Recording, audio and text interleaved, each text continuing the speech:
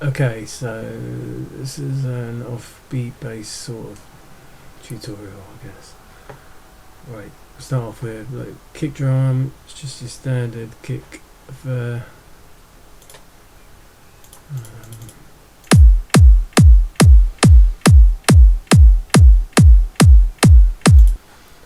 Then you got a sub bass on. We're using Serum here.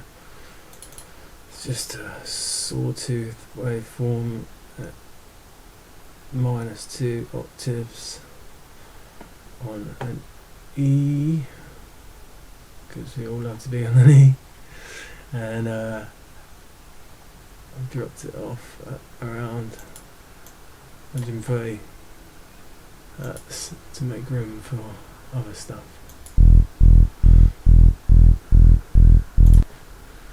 Now on here it's quite important you got the ShaperBox set up, because this is what basically gives you the sort of offbeat sound. So here is, you can see in the ShaperBox it's clipping the edges of where you want the waveform to be. So like if you listen before and after, so that's before and then after.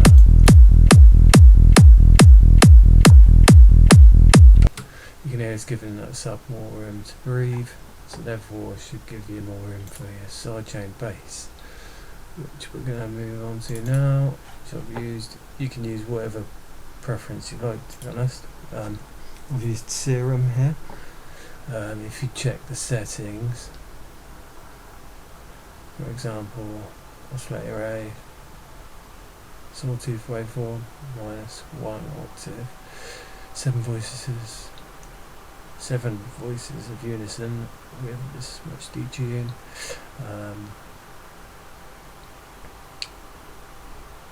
Don't know why I turned off the random. Probably keep that on, to be honest. Let's try something like the random. And this is just a PWM one I picked, and what is important is just to add a tiny bit on the amplitude envelope of release, just to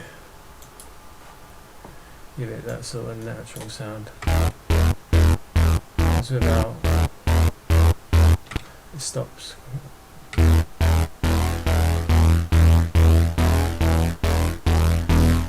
You want that length on there.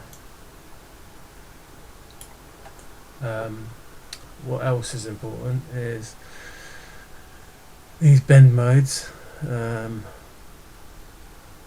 Obviously the ASYM plus minus, and the bend minus, or the bend plus, or the bend plus minus warp modes are pretty good. So I've tied these to some modulation on the matrix. Well, I use the matrix to show what it's doing.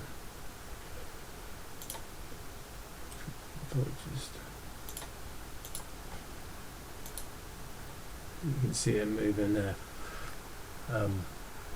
But I've literally just dragged LFO1 over onto these, so you can see it's moving, it's squashing that waveform. So when you play it together,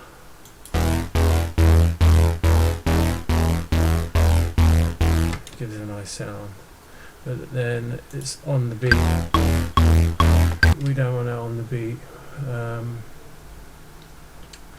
But before that, we got a couple of other effects. Oh yeah, I forgot to mention there's some saturation on Serum here. You can use these settings or use to your taste.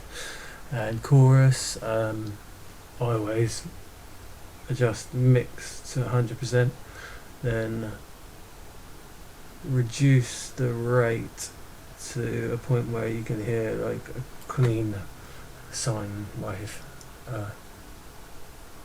with the modulation of the chorus, and then reduced feedback on that. So it's, there you go, it says makes the chorus less pronounced, ringy, so it makes it, yeah, less of that ringy tone, and then bring down the mix until you got the right sort of sound. And then obviously I've cut out under 100 Hertz to give room for the sub bass through, and I've added a saturator with a bit of drive, soft clipping, and analog clip on the settings for the saturator. Yeah, that voice, but altogether you don't want it sounding like this because it will sound horrible probably. So what you want that sort of pumping sound, so you get your trusty ShaperBox and you're looking for this sort of envelope here. About halfway here is on the offbeat. So if we play now,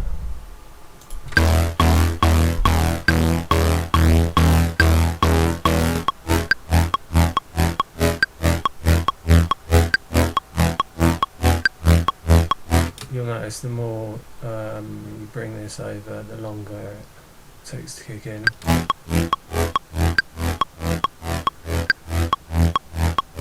And it's getting to a point where it's taking too long, and then it works obviously the other way. And if you play it all together as a mess. So we just want to find that happy medium somewhere around here, I'd say.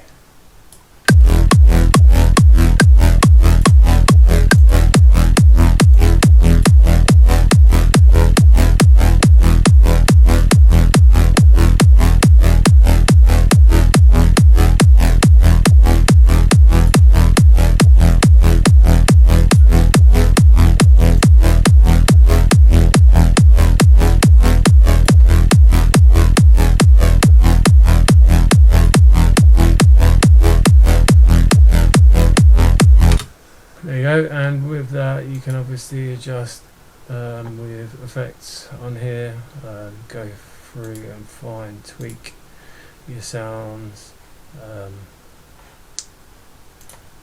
Sub shouldn't really need much processing going on, but yeah, basically that's how to do the reverse bass. You just need to make sure you concentrate on that envelope, so that this sort of sidechain bass is overlapping the beginning of this other sub bass.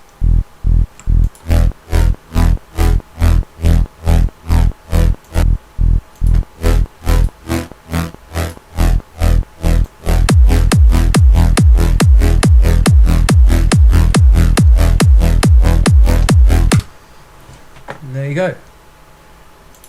Go have fun.